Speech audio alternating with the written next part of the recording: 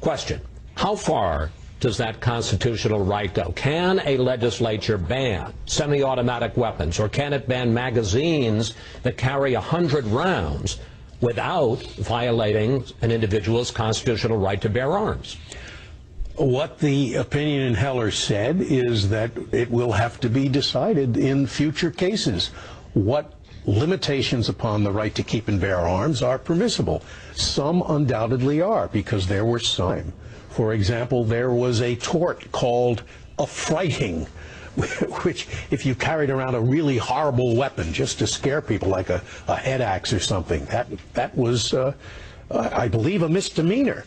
So, yes, there are some limitations that can be imposed. So, again, we're using the science of logic and reason to discuss this. Well, Scalia, one of the great justices, continues in the next clip on the Savage Nation. Let's listen in. Obviously, the amendment does not apply to arms that cannot be hand-carried. It's to keep and bear, so it doesn't apply to cannons.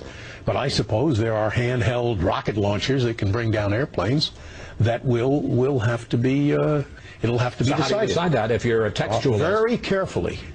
My starting point and probably my ending point will be what limitations are within the understood limitations that the society had at the time.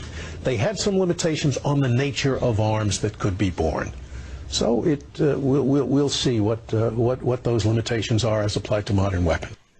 Now listen what he said. We'll see what those limitations are as applied to modern weapons, which is what we are discussing.